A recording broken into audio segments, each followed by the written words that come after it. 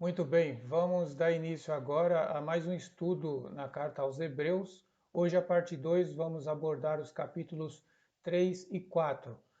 E iniciando aqui pelo verso 1 do capítulo 3, onde nós vamos destacar o tema para o estudo de hoje. Então, afirma assim: Por isso, santos irmãos, vocês que são participantes da vocação celestial, considerem atentamente o apóstolo e sumo sacerdote da nossa confissão, Jesus. Notem que essa primeira parte, santos irmãos, vocês que são participantes da vocação celestial, é uma expressão relativamente aproximada daquilo que o apóstolo Paulo iniciava algumas das suas cartas, ou mesmo já no desenvolvimento delas, como por exemplo Gálatas, Coríntios, Efésios e Colossenses. Ali o apóstolo vai destacar que nós somos chamados para sermos santos. Lembram desses estudos ali nas cartas de Paulo? Então, essa expressão é característica do pensamento e do ensino do apóstolo Paulo. Já a segunda parte aqui do versículo não guarda uma relação direta ou clara com os ensinos de Paulo. Olha só que diferente essa expressão. Considerem atentamente que Jesus é apóstolo e sumo sacerdote da nossa confissão. Então, na versão NVI, a ideia aqui é o seguinte: vocês que são chamados para serem santos, têm essa vocação celestial, fixem os seus pensamentos, mantenham os seus pensamentos fixados ou fixos em Jesus. Jesus é o apóstolo, aquele que Deus constituiu e enviou. Então, hoje o nosso assunto, o nosso tema, o nosso estudo é Jesus como apóstolo, tá certo? O apóstolo Jesus. Bem, nesse capítulo 3 e 4, o autor aos Hebreus vai relembrar as trajetórias de Moisés e de Josué. E ali, quando iniciamos o estudo de Hebreus, naquele sumário da carta, nós vimos que uma das ênfases da carta aos Hebreus é demonstrar a superioridade da obra e da pessoa de Jesus Cristo em comparação com diversas autoridades ali nas Escrituras, em especial no Velho Testamento. Começou iniciando que Jesus é superior aos profetas, nos primeiros versos do capítulo 1, a seguir demonstrando a superioridade de Jesus Cristo em relação aos anjos, nos capítulos 1 e 2. E hoje a ideia é demonstrar a superioridade de Jesus Cristo em relação a Moisés e em relação a Josué. Como podemos pensar então nessa ideia? Vamos lembrar de Moisés. Moisés é aquele que Deus enviou.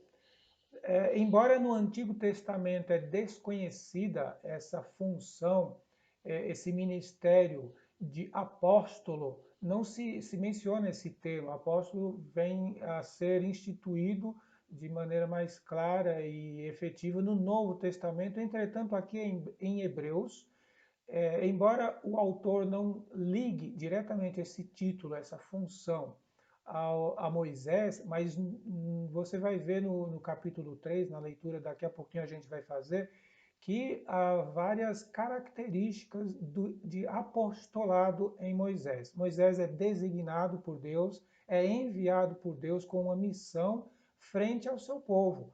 E é uma missão não somente de retirar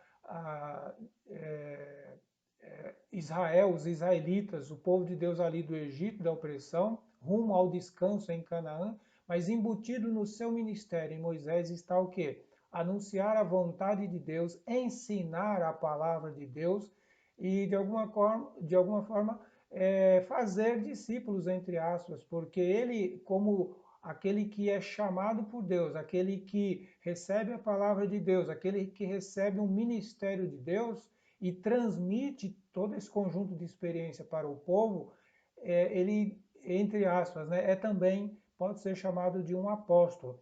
E aqui em Hebreus, Jesus vai ser chamado de apóstolo e sumo sacerdote a quem nós confessamos. Hoje nós não vamos lidar com a questão de sumo sacerdote, apenas olhar Jesus como apóstolo, então.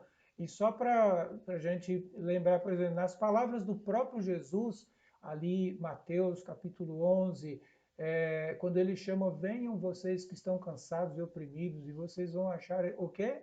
Descanso. Descanso. Jesus é aquele que nos conduz imediatamente a uma experiência espiritual na nossa alma de paz, de descanso, de libertação. Jesus é enviado para anunciar o Evangelho e para realmente libertar os oprimidos e, enfim, conceder poderosa salvação a todos aqueles que creem. Então, este é o sentido básico de Jesus como apóstolo, né? Josué é também alguém a quem Deus enviou como sucessor de Moisés. Moisés, ele não pôde completar toda a trajetória do ministério para o qual Deus o chamou. Lembram que ali ele foi permitido que ele subisse ao monte e de longe avistasse a terra, mas não lhe foi permitido entrar junto com o povo. Mas Josué então vai sucedê-lo e vai dar continuidade a essa caminhada de entrar na terra prometida, onde finalmente não seriam, quem sabe, alcançados mais pelos egípcios ou por qualquer outro povo inimigo. Embora a história revelou que todo esse conjunto de fatos, de experiências promovidas por Deus e com a cooperação, com a colaboração dos seus vocacionados, tudo isso não pôde consumar um descanso definitivo para o povo de Deus. Eles estavam ainda na terra e sujeitos às situações não somente exteriores, mas interiores do ser humano, a pecaminosidade, a rebelião, a incredulidade, a desobediência, tudo isso prejudicou aquilo que eles imaginavam que seria a salvação. Mas como vem sendo revelado no Novo Testamento, eram símbolos do que haveria de ser concreto e que hoje nós no Novo Testamento podemos participar, certo? Moisés, então, é demonstrado aqui no capítulo 3 de Hebreus como um servo que foi fiel sobre a casa de Deus. Mas Jesus é superior a Moisés e ele é fiel como filho sobre a casa de Deus. Moisés não constituiu o povo de Deus, o povo já estava constituído através da linhagem de, como nós vimos no início, no estudo anterior, Noé, Sem, depois Abraão, chamado, depois os seus filhos, Isaac, Esaú, Jacó, Israel. Então, quando Moisés assume a frente do povo de Deus, é um povo já formado, a casa de Deus. Já Jesus é aquele que verdadeiramente vai constituir, formar o seu povo, a sua igreja, comunidade espiritual dos salvos, dos fiéis, dos crentes em Jesus Cristo. Então, Jesus é superior a Moisés e Jesus é superior também a Josué, ok? Nós vamos agora então fazer a leitura dos capítulos 3 e 4, fazendo algum comentário intermediário, ok?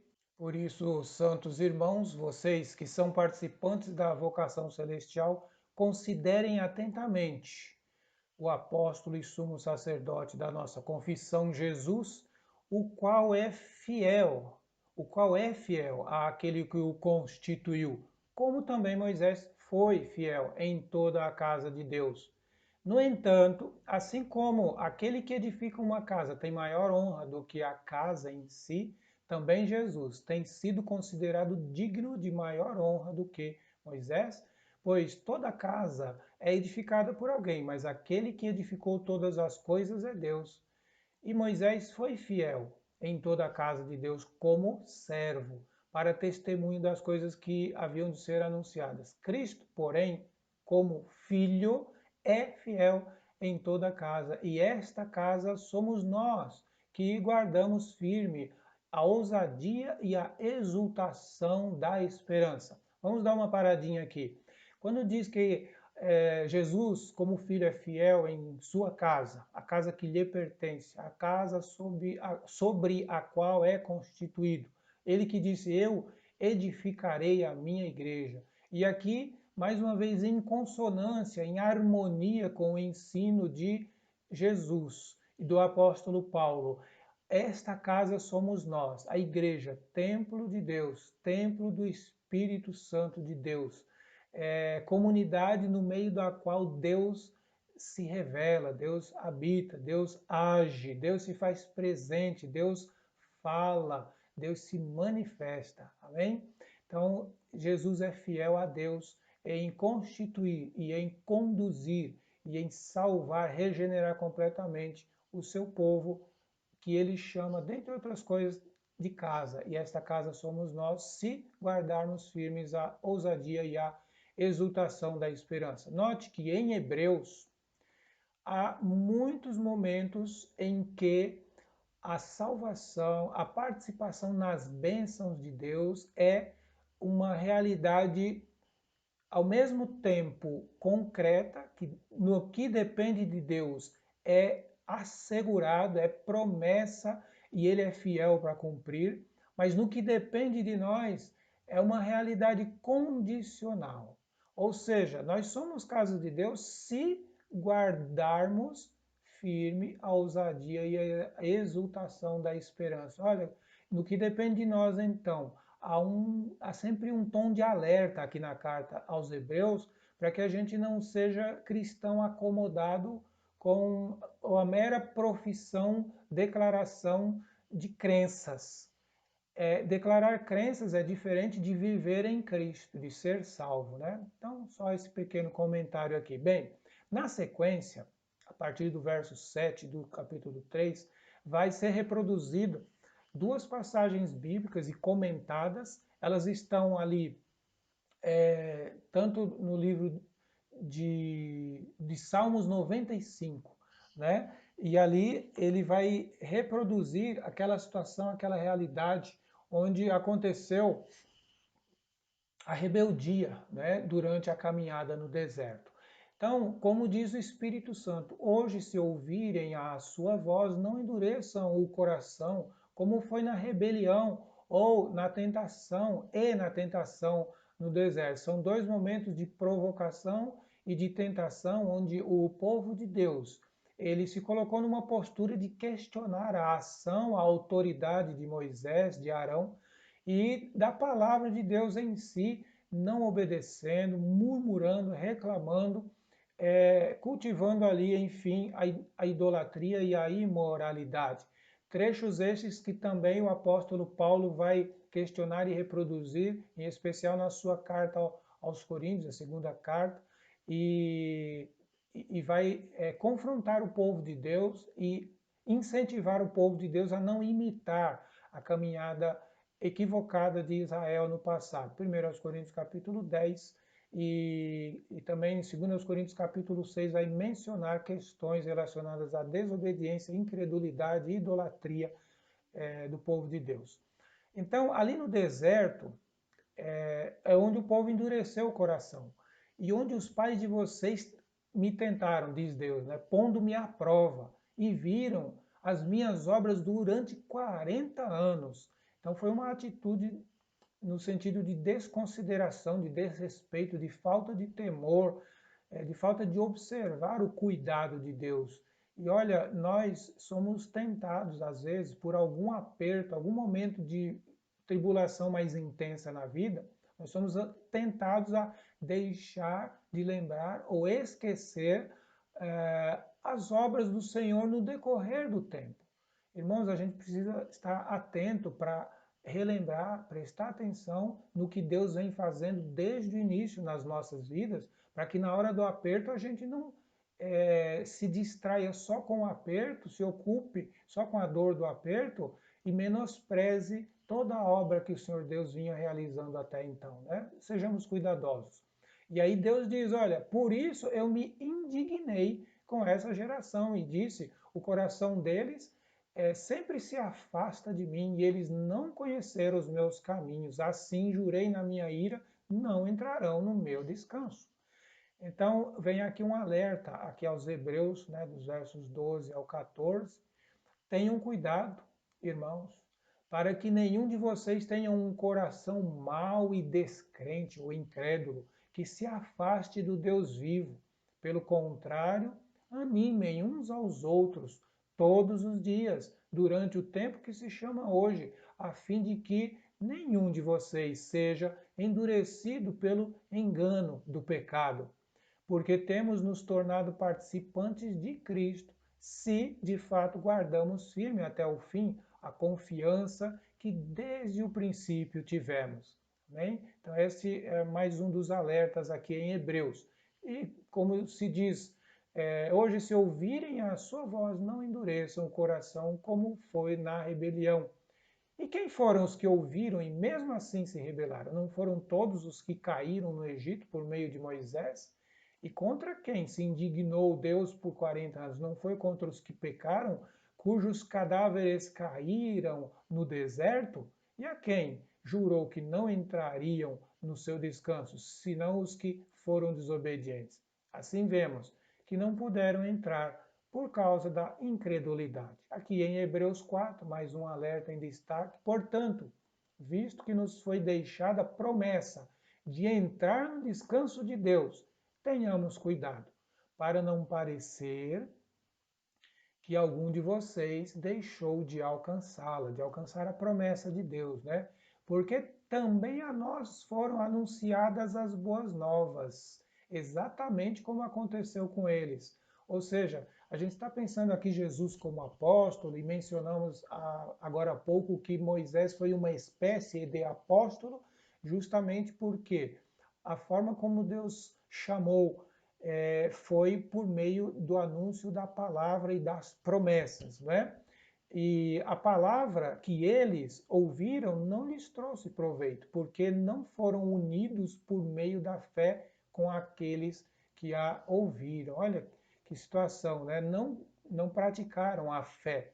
Eu queria voltar um pouquinho para pensar no verso 1 do capítulo 3, onde tem a expressão irmãos, santos irmãos, vocês que são participantes da vocação celestial. Vocação celestial. A chamada que o povo no Antigo Testamento experimentou foi uma chamada, em um certo sentido, celestial, mas foi assim: saiam do Egito e vocês vão adorar a Deus no Sinai e vão ocupar e habitar em Canaã, terra que mana leite e mel. Lembram? Entretanto, nós, no Novo Testamento, ao sermos chamados com vocação celestial, é uma chamada para participarmos do descanso eterno, nos céus, onde Deus está. Então, este é o sentido de vocação celestial. Nós vamos agora, então, voltar e dar continuidade à leitura ali no capítulo 4, onde estávamos. Então, ouvir sem fé não há proveito. Nós, porém, que cremos, entramos no descanso, conforme Deus disse a eles. Ele disse assim: jurei na minha ira, não entrarão no meu descanso. Ele disse isso mesmo que as obras já estivessem concluídas desde a fundação do mundo, porque em certo lugar assim disse a respeito do sétimo dia. No sétimo dia, Deus descansou de todas as obras que tinha feito, e novamente no mesmo lugar não entrarão no meu descanso.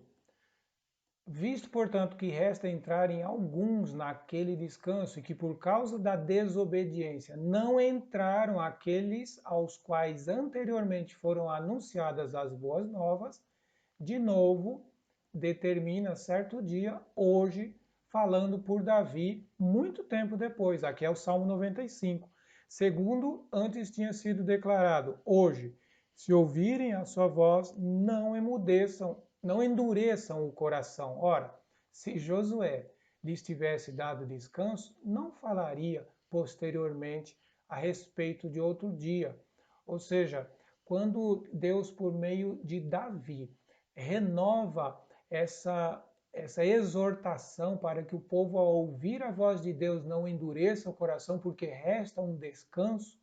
Então é o que o autor aos Hebreus está dizendo da superioridade de Jesus Cristo em relação a Josué, porque Josué, na verdade, não deu aquele descanso ideal que Deus sempre desejou, antes da fundação do mundo, conceder ao seu povo fiel, seu povo de crentes, de salvos, ok? Por meio de Jesus é que ele vem concretizar, então, essa chamada, essa vocação, por meio do apostolado e sumo sacerdócio de Jesus Cristo. Bem, Continuando aqui, portanto, resta um repouso sabático para o povo de Deus, ou seja, na conclusão de todas as obras de Deus, um sétimo dia universal, uma realidade posterior a toda a história humana, desde a criação até o juízo final, e depois disso, então, um repouso sabático, que é uma expressão para designar